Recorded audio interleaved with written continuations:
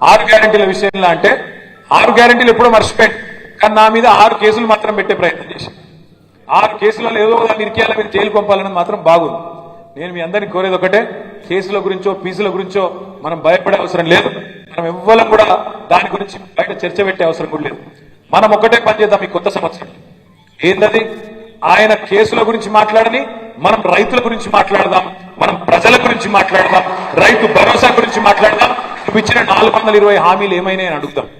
వాళ్ళ పాపం మన అటెన్షన్ డైవర్షన్ కోసం మనం ఏదన్నా చేసి మనం పక్కదారి పట్టియాలి, అబ్బో ఇదైందట అదైందట, గర్ల ఇదైందట కింద ఇదైందట అని చెప్పి వాళ్ళ చెవులు కొరుకుడు వీళ్ళ చెవులు కొరుకుడు. అది తప్ప ఇంతవరకు సంవత్సరంలో చేసిందేం లేదు. మనం ఒకటే తదేక దీక్షతో అర్జునుడు కదా శిల్క కన్ను మీద దృష్టి పెట్టినట్టు మనం కూడా ఒకటే దాని మీద పెడదాం. ఏంటిది?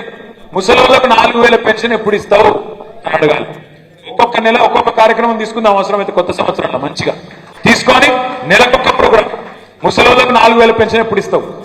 ఆడబిడ్డలకు నెలకు 2500 ఎప్పటి నుంచి ఇస్తావు?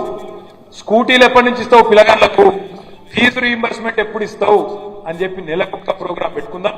మంచిగా ఈ కొత్త సంవత్సరం 12 నెలల పాటు ఉక్కిరి బిక్కిరి వాళ్ళకు ఊపిరాడకుండా చేసే బాధ్యత ప్రధాన ప్రతిపక్షంగా ఈ గులాబీ దండుదే గులాబీ సైనికులదే అనే మాట నేను విజ్ఞప్తి చేస్తున్నాను. అదేవిధంగా చాలా మంది మా అన్నదమ్ములు అడుగుతారు, అన్నా మనం కూడా కొత్త కమిటీలు వేసుకోవాలన్నా. తప్పకుండా నేను ఈ సంవత్సరం మీ అందరికి మాటిస్తున్నా, తొందరలో సభ్యత్వ నమోదు కార్యక్రమం కూడా స్టార్ట్ చేసుకుందాం. మంచిగా బూత్ కమిటీ నుంచి